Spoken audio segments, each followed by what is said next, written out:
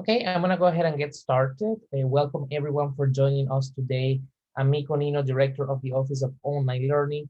And today I'm gonna be talking about a really interesting topic and very challenging. I have to say that designing instruction for a large online classroom can be one of the most challenging things. You have to be very creative. You have to take lots of risks. You have to do things that maybe you never did before. And I'm going to be sharing with you things that when I have designed instruction for large online classrooms, they have worked. And I'm going to share things that don't work. So you know that that's the possibility there when doing some things. Let's get started. The first thing that I always say, but that it's always true, especially for large online classrooms, it's that in order to keep the level of engagements as high as possible, you need to provide your learners evidence that change in behavior happen. I know that learning can be very internal. Just by watching TV, you can be learning many things. But when it comes to a large online classroom, you have to make sure people constantly have evidence of how they're learning, how that application of learning is taking place. And that's even more important because when you have a small group, when you have a classroom that doesn't have a lot of students, you as a faculty member can offer more guidance through the process and give that reassurance. In a large online classroom, you don't have many opportunities for that. Therefore, the students having that evidence on their own through their course is really important. So today, I want to make sure that by the end of the session, you have strategies and principles grounded on instructional design to develop large online classrooms.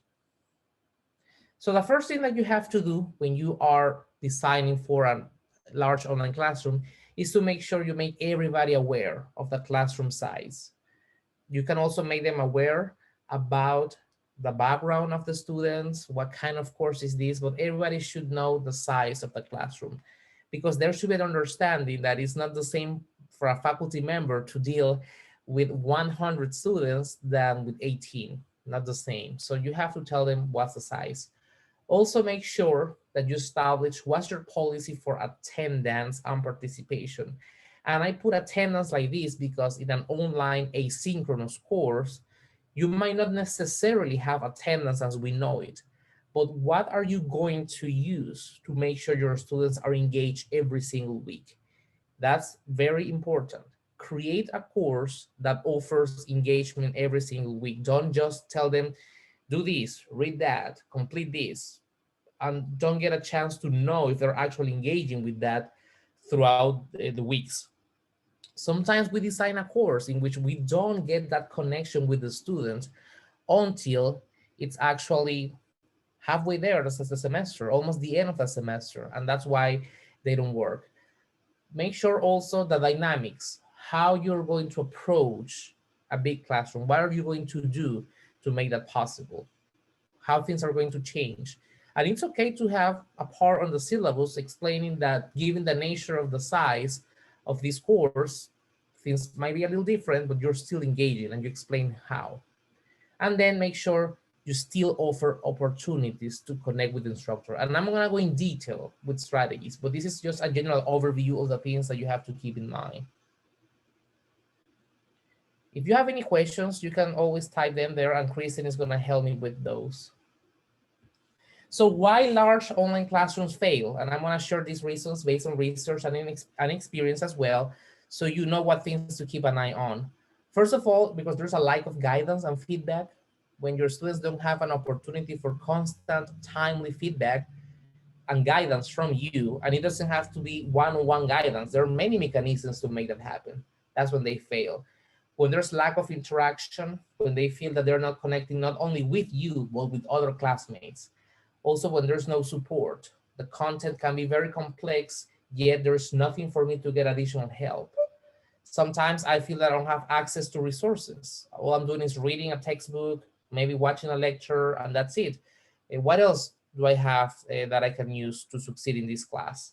And also because the content quality can be very poor.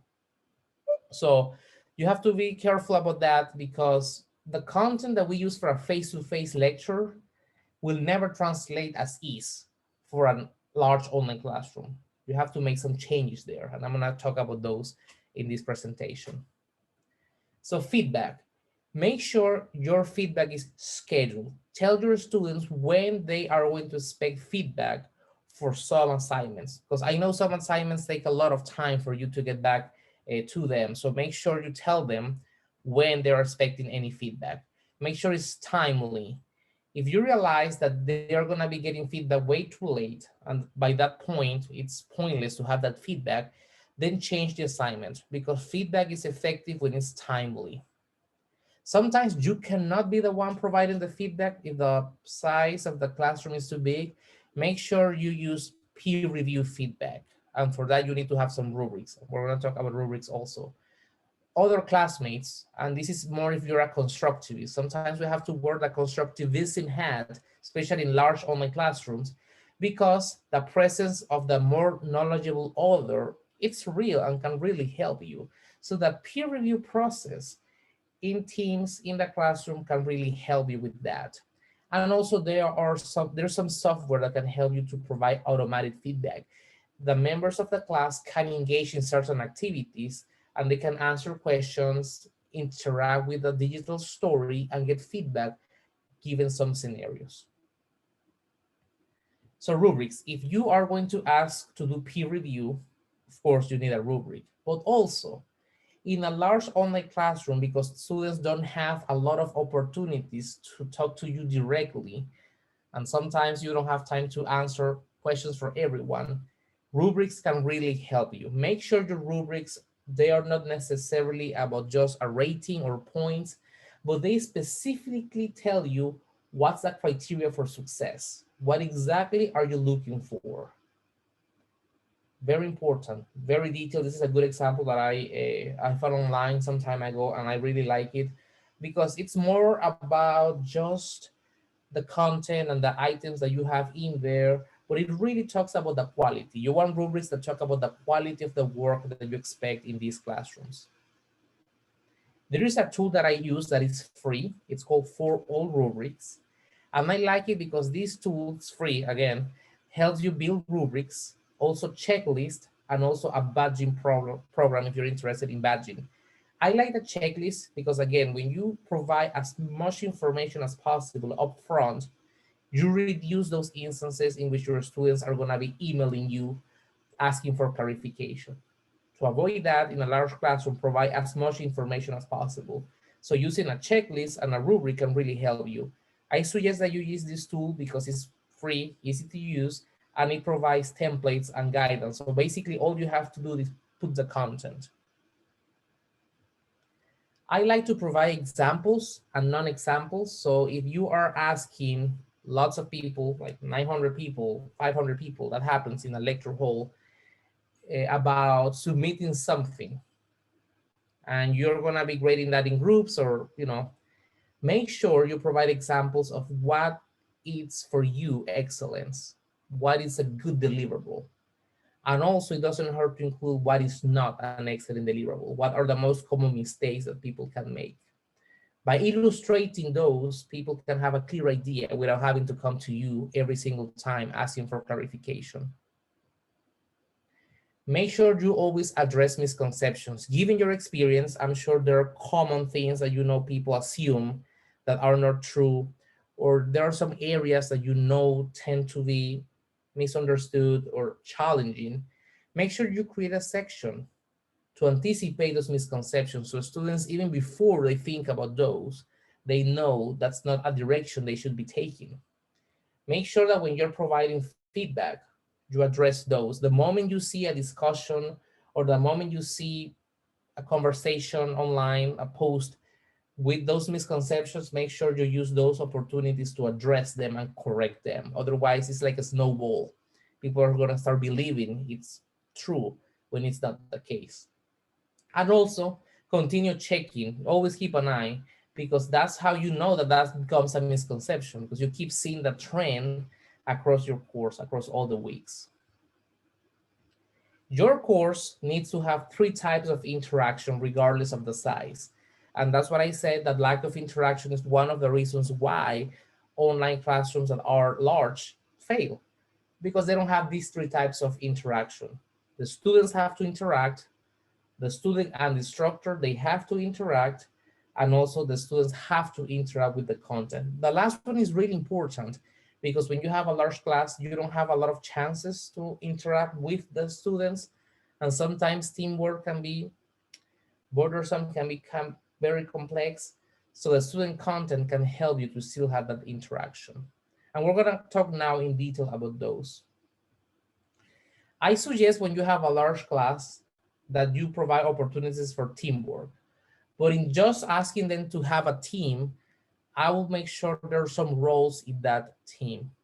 And one of the main roles is to be one person communicating with you, and that person becomes the liaison between the instructor and the rest of the team. That way they still believe and feel there's interaction, engagement, feedback from you, and that person will communicate with the rest what the instructor is saying. You can rotate that role so it's not always the same person if you want to, but every time you are to give these opportunities for feedback in teamwork, you only communicate really with one person, which is gonna make it easier in your agenda and your schedule. Make sure that when students are working in teams, there's an opportunity for a reflection of performance and management, how they manage the team. And you can request one document per team for you to understand the dynamics. How did they divide the roles, the load, how was the collaboration? So in that way, you get a sense that the team was a healthy one and it was functioning, not dysfunctional. I like to provide when you have a large class, and again, people might ask you a lot of questions about what to do, how to do it. This is hard. I don't know. I like to do some project management charts because you can break down the project with tasks and all of that. And in a way, those become boxes that they can check. And the students, in a way, follow a path. They know exactly every single thing that needs to be accomplished for that goal, and they know the steps. And if you provide a rubric, they can even have further information. If you're talking about teams, the team know exactly what needs to be completed. The more guidance you provide upfront, the better you are. Students are going to have a clear picture of what's going to happen in that semester. If you want to be even more detailed, you can use a chart like this to break down the whole semester.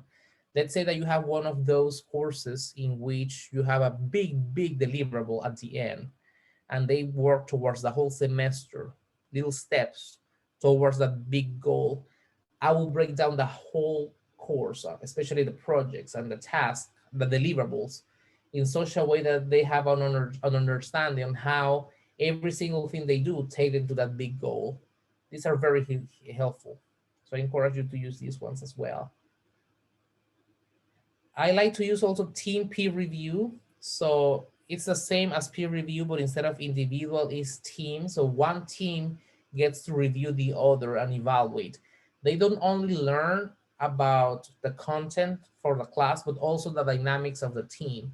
And that's really useful because sometimes as a team, we don't have an idea how to make it work, but by looking at the dynamics of other teams, we can maybe improve. So that's really interesting when it happens. And as I said, you have less reviews to supervise and to keep an eye on. I like to also have open online sessions. Let's say that you have 200 students. It is true that some students would like to meet with you, but not necessarily everyone is going to be meeting with you. So you might as well have these open online sessions in which you are connected maybe once a week for 2 hours or 1 hour, as much time as you believe it's pertinent. And students can just walk in online, log in, no appointments, nothing, and they can ask you questions. They can just maybe interact with you. They might have some questions about the content or maybe about an assignment that is coming up later. They need clarification about something. And when you are there and you see what other people are asking, sometimes my question has been already been asked. So that really illustrates. Sometimes this can be a mechanism for you to spend, let's say that you devote an hour for the open online session. You can devote 5 or 10 minutes to that very topic that you're seeing, it's complex and difficult. Maybe you're getting emails about, that chapter, that one thing, and maybe you can use that open online session for everybody who is struggling to come and get a clarification about that, and you can get to answer some other questions. We do that actually for the Office of Online Learning. You have seen the announcement. We have open online sessions the weekend before the semester starts to make sure you have everything you need to start the semester. And that's an opportunity for other faculty members to learn sometimes about the challenges that others are having. So I encourage you to use those. Very easy to set and very rewarding. Students really tend to enjoy that kind of access to you. One thing that, and I'm gonna here give credit to Terry Logier because he coined the term. This is something else that we do here in the Certificate of Online Teaching Excellence. We have a course cafe, which is basically a discussion board in which people can come and ask anything they want. This is a mechanism also to build community. Large classrooms, online large classrooms, they have that problem. Sometimes students don't get to connect with each others. The course cafe is an area in which you have mild supervision. I will encourage you to keep an eye on those interactions. But this is a good space for students to ask questions about Canvas or the content, or maybe some ideas for projects, if somebody needs anything, and promote it. Make sure you tell, hey, use the course cafe as a mechanism to ask for help, ask for collaboration, to network. Network is huge. Many people go to college just to network, and many people don't like online courses because online courses don't offer the networking opportunities that face-to-face courses offer. You can offer networking in an online environment, so find ways for students to connect. The course cafe, it's one of them. Also, and this is something that you will develop over time, I suggest that you have a frequently asked questions and you categorize it by type of challenge. Like you can have a section for technical questions, another one about content questions, another one about career related questions. Depends on what categories you need. You can make it also by week or by topic. And this is basically a collection of things that you already know your students have been challenged by throughout the semesters. So this is something that you should collect over time. If you already know things that are going to be difficult for students, start putting those out there. I know it's lots of overhead and it can be lots of work to put this together at first, but if you promote it and you tell your students, come here first, because most of the questions you might have are going to be answered here. And that's true. There are many questions that you might get about tech support or where to call because my password or something like that. Like that's not even related to the class, but you will still get emails about those. So promote and make sure your students go here first to get answers for those, and make sure you have here a good knowledge management base to anticipate those questions and provide some answers. Also, something that you can do is a random selection for meetings. Students want to know that you somehow are engaging, reading, available. So you can, based on any criteria you pick, if you see that some content is not good, you can select some participants to meet and give them some feedback. If you are, for instance, seeing that one team or one student, it's really lacking some support, some resources, the performance is not there, that's another mechanism to do that. If you, for instance, see that one of the teams, let's say you're doing teams, are not are dysfunctional, you can select for them to meet. You can say also, and this can be a little gamification here, you can meet with some students whose work is exemplary. So find some times to meet randomly with some of the students. Make sure you establish a criteria. You don't want people to feel that they're left behind. You have to let them know that you cannot possibly meet with every single one, but you still want to have a chance to interact with as many of them as possible. And pick a criteria to randomly select people for meetings, to have conversations. Can be group conversations, can be one-on-ones, and you can put together a panel, or you can create an open online session for those people. You can also randomize the whole session, and you can have maybe two open sessions. You say group A, who is in this category because of that, can join me online for an hour, 30 minutes, this day, this time. The other one can meet me this other time. Having those divisions really help to manage and go through the whole population faster. Also, I suggest for your students to feel that you're there, to have some weekly videos.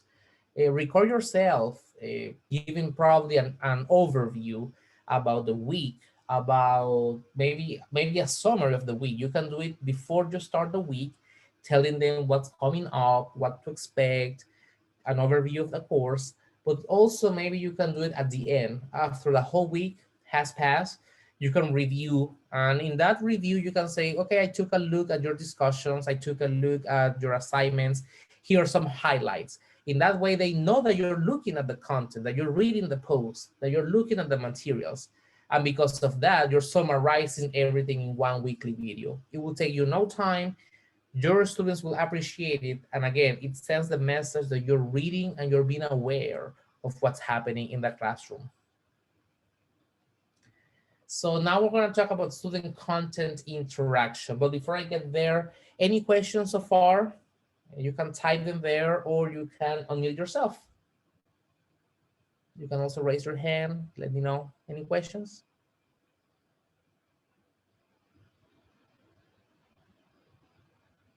Okay, well, if you have any questions, just type them. I'm going to go and continue.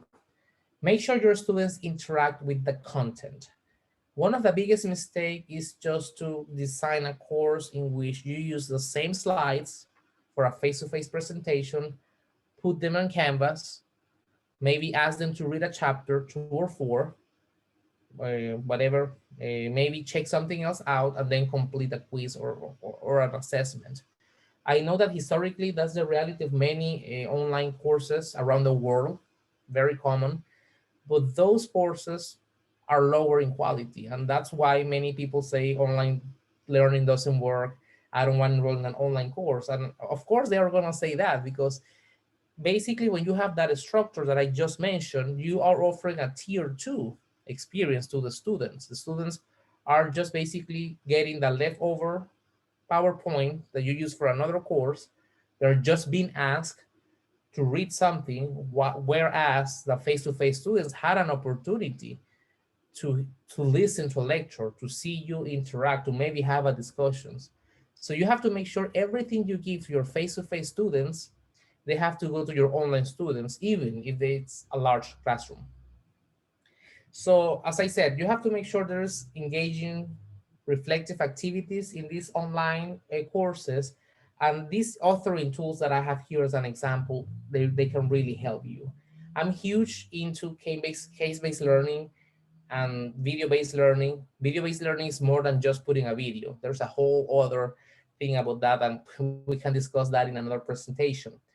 But these are tools that we have been promoting, and we are crossing our fingers because we are developing a program to give more of these tools to faculty. We gave some during Vanguard, an institute in January. We want to give more.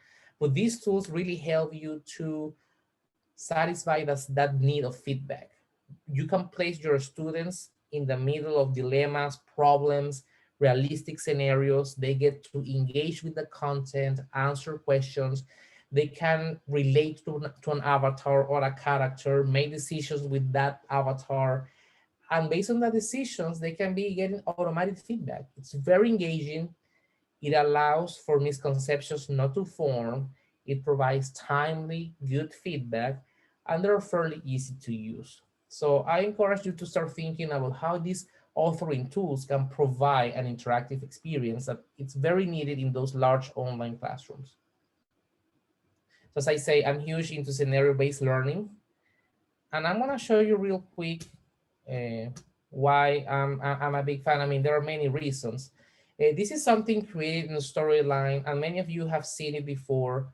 And I suggest when you have a large class or even small, having these kind of avatars and experiences make them interact and relate. So you provide instructions about all of these, And these case-based scenarios, I use them as an opportunity to disguise the content into story. People sometimes are not even aware that they're learning because all I'm doing is maybe telling a story. So this is about social media, and I'm telling here the story about an intern and something that happened because of a Twitter post, that a tweet that it didn't go right. So you see that characters, and I continue telling the story. You know, I explain everything that happened in there, and I offer opportunities for the learner to make choices based on the situation. And if they pick this one, I give them feedback about that choice. And maybe it's not the right one. Once they find the right one, I explain to them why it's the right one. So this is the kind of interaction that we can offer to large online classrooms that don't necessarily can be done otherwise. This is the kind of feedback, automatic feedback that I was talking about. And that's why I encourage you to do that. One of the beauties of a scenario-based learning, and that's a whole body of knowledge, and I can definitely help you later if you want to redesign a course using those, is that it works better for online. This is one of those things that is kind of more complicated face-to-face than online. Usually it's the other way around. This is one of those that is best for online. And there are many templates, many resources to make the experience better. A scenario-based learning has a value because you see transfer of knowledge. Sometimes students read or you lecture, but they don't get a chance to apply knowledge to a realistic scenario. And the case-based scenario gives you that chance to see a real life setting and how the content plays a role in that. You can have external links here to add more information. And again, throughout the story, you provide tips and all of that.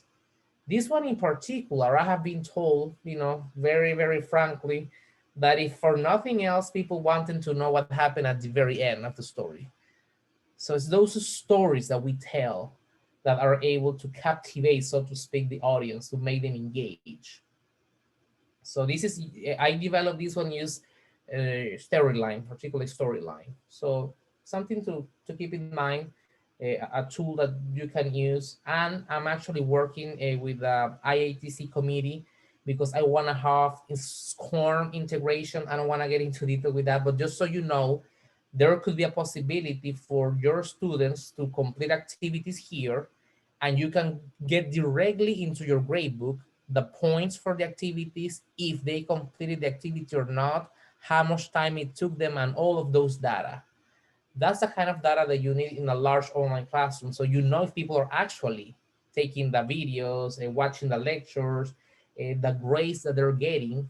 Because if you see that a student completes this and is always getting low grades, that's a student that you might want to call for a meeting and see what's happening. You can diagnose and anticipate poor performances when you have something like this that goes directly to your gradebook, and manually you don't have to do anything.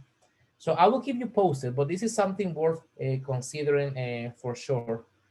I really encourage you to do that. Any questions before I move forward?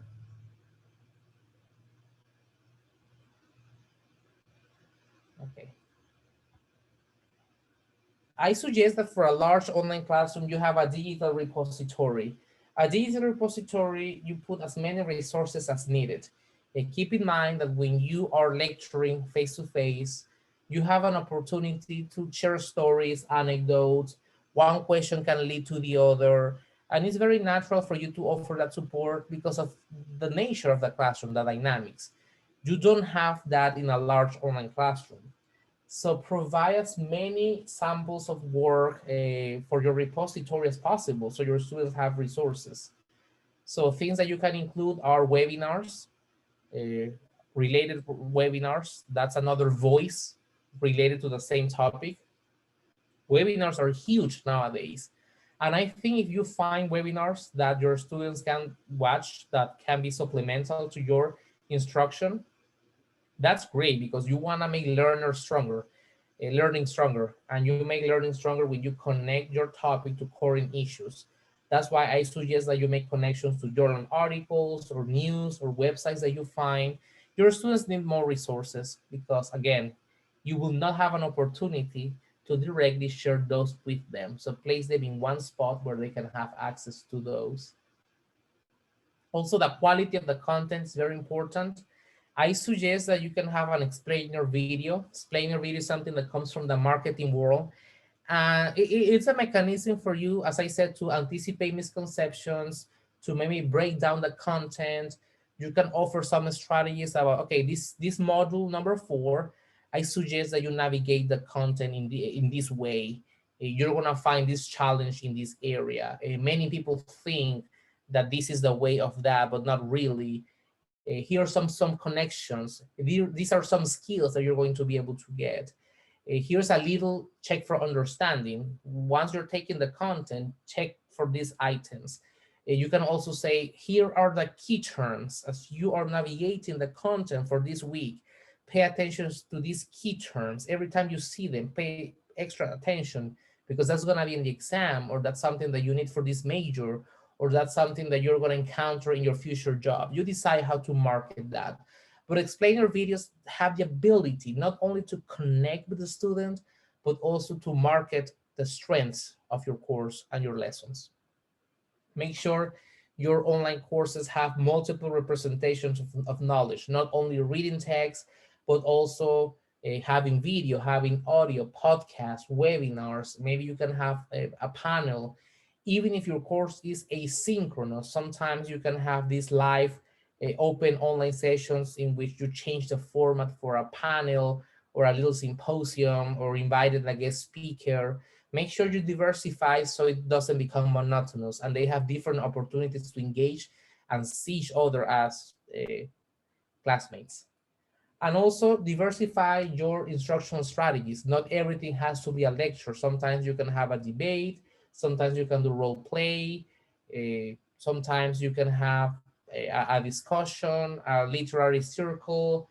You can bring a game. There are many free games in the classroom, and sometimes the games are so good that you can use the time in the classroom for them to interact with that. There are opportunities here, as I said, to bring guest speakers. There's lots of opportunity for case-based learning.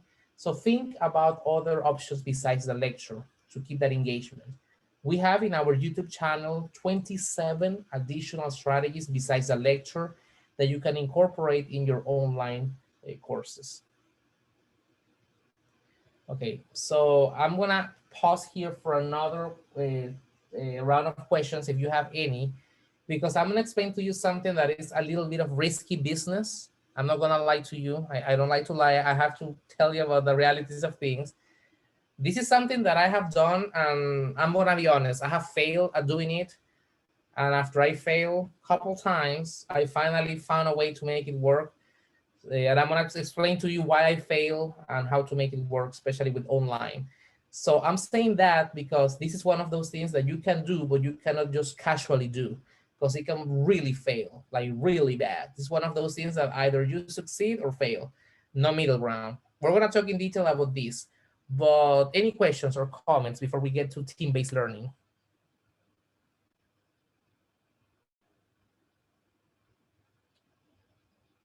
No, nothing? Okay, well, let's talk about team-based learning. Let me ask, who has implemented here team-based learning? Anyone?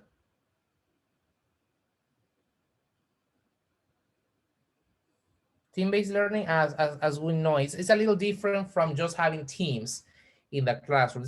There's a whole process for that. Anyone has incorporated this? I just wanted to know, maybe if you want to share some experiences with team-based learning.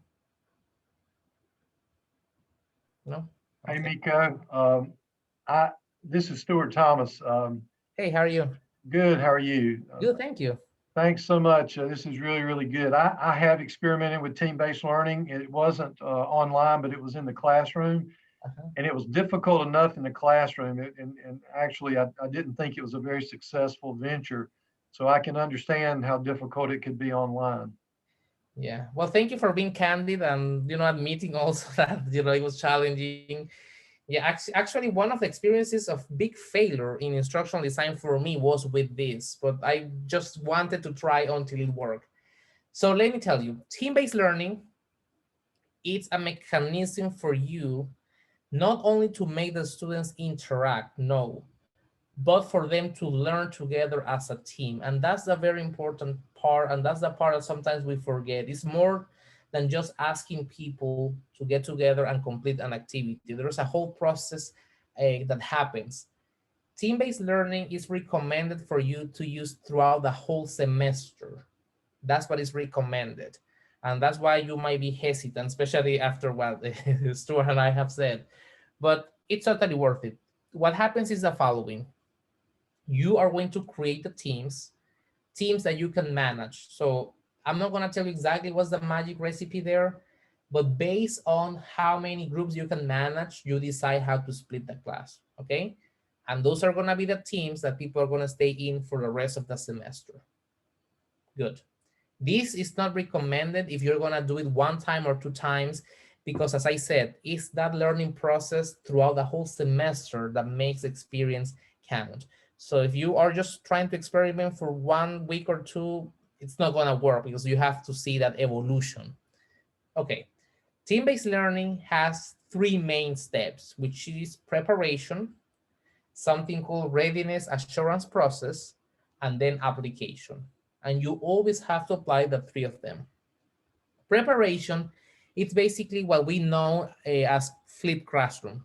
It's like flipping a classroom. You're going to ask everyone in the class to do something before coming to class.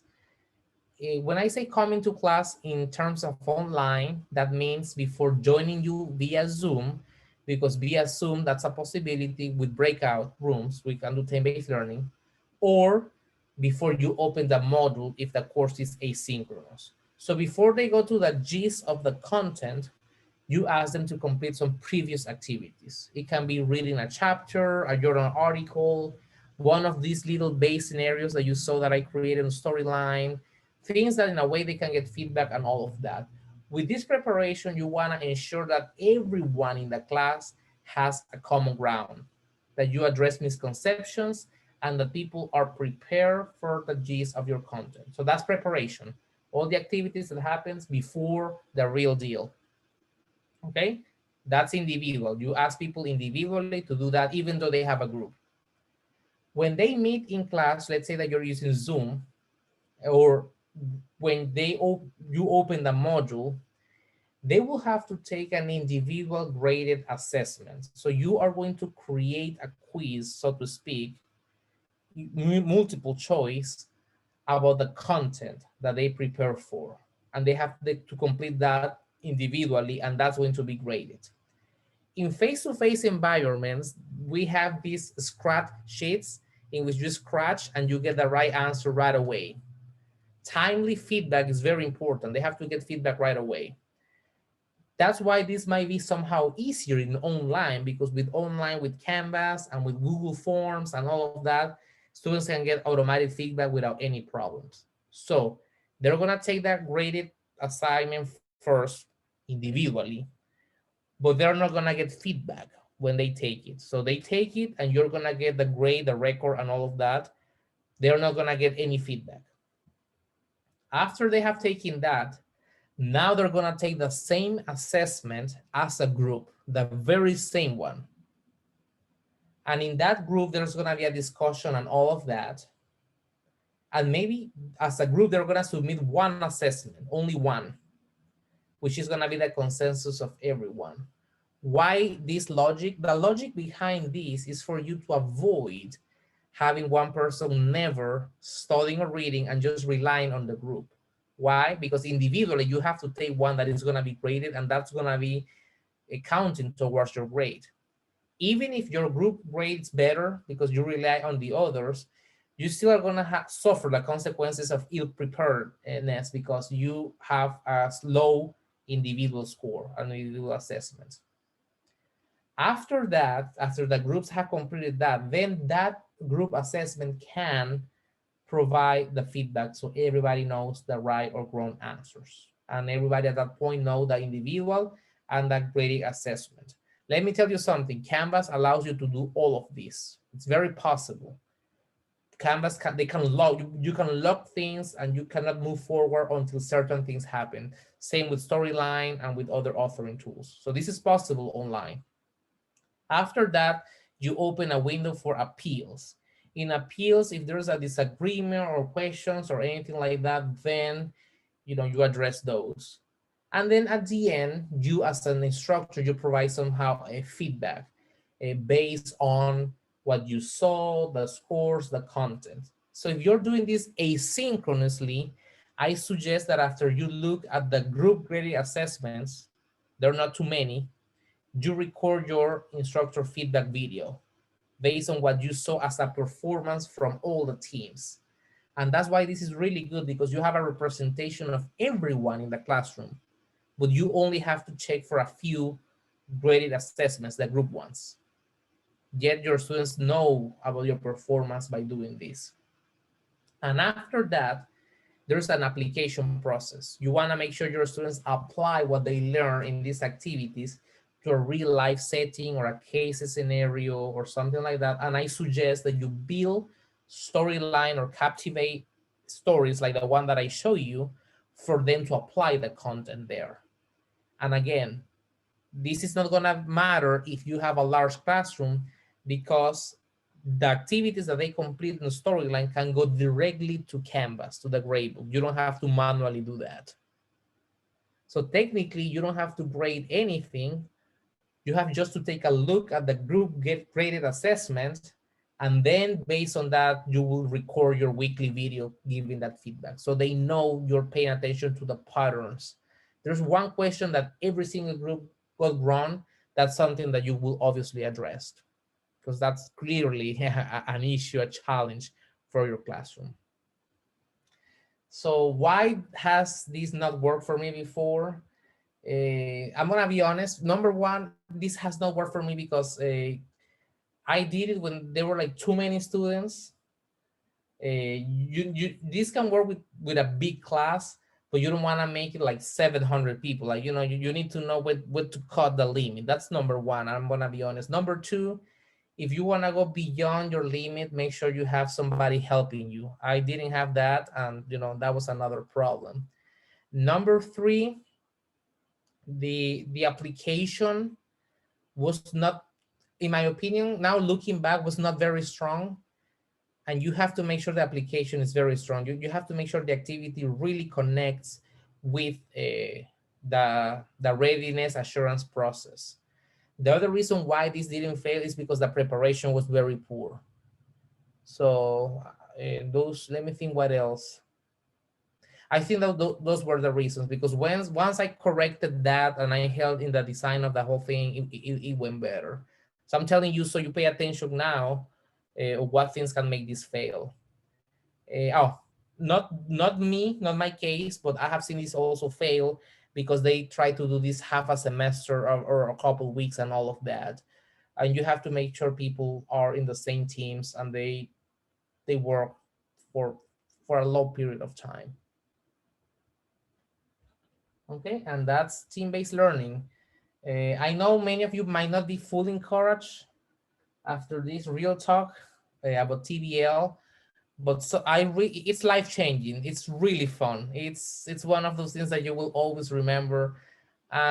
Sometimes you have to take a risk, and if you are willing to take one, this is one of the one that I suggest. This is a whole body of knowledge. There's a conference just for this.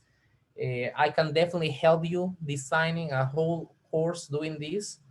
If you're teaching a class in which the application of knowledge, learning how to collaborate, how to work in teams, this is true especially in the business world. Not necessarily that in other courses you cannot do that, but in the business world, having that ability to collaborate, come together to conclusions, have that negotiation process with teammates, and that application to a business setting, it's wonderful. I really encourage you to do that. And that's what I had for strategies for teaching in an online classroom. And I wanted to leave some room for you to ask me any questions, for us to discuss what you have done that maybe you want to share. So Thank you. Anything that you want to talk about or any questions?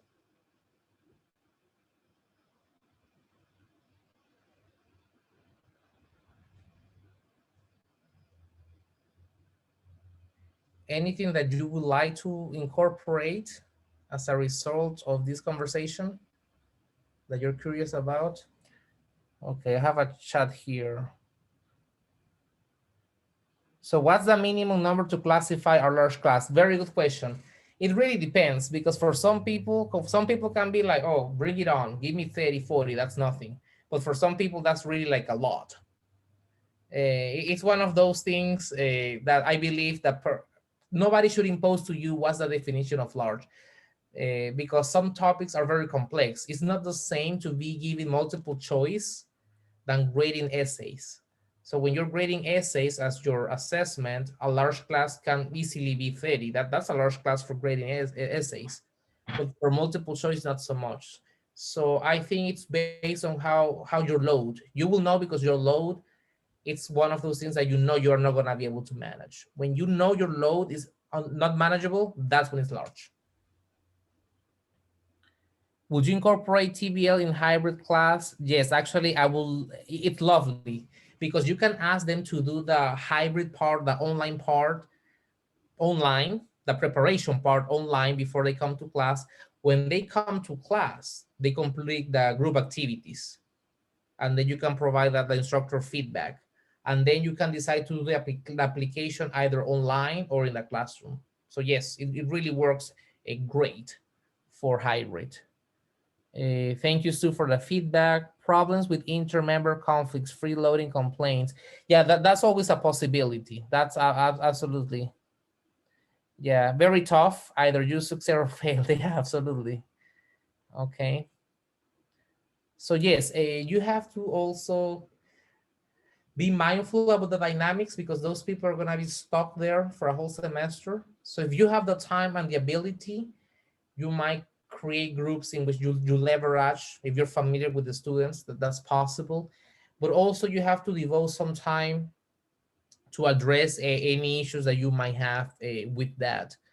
And I have seen that people switch members. That's also possible, but that has to happen early on. So I encourage your students to be frank about any challenges they identify early on, because after a certain point, you might not be able to help them. So have a conversation so they can be frank about challenges in team-based learning.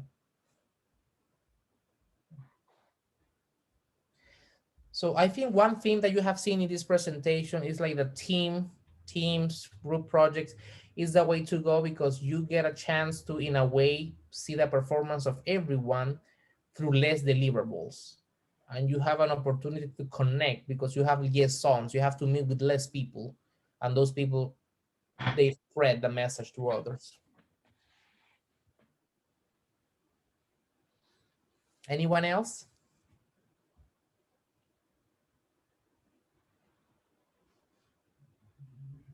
Okay.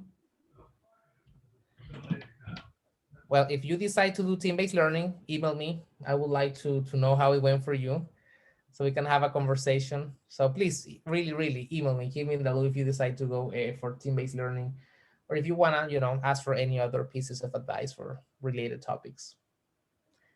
Well, that's all I had. So if you don't have any other questions or comments or thoughts, we're done today. Thank you so much for your time. Thank you for joining, and I will see you next time. Thank you.